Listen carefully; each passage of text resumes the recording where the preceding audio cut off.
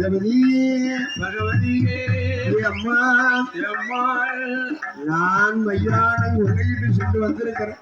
சரி ஆனால் ஆமா என்னுடைய காவலிலே இருந்த திரவியத்தை யாரோ ஒருவன் களவெடுத்து சென்றிருக்கிறான்.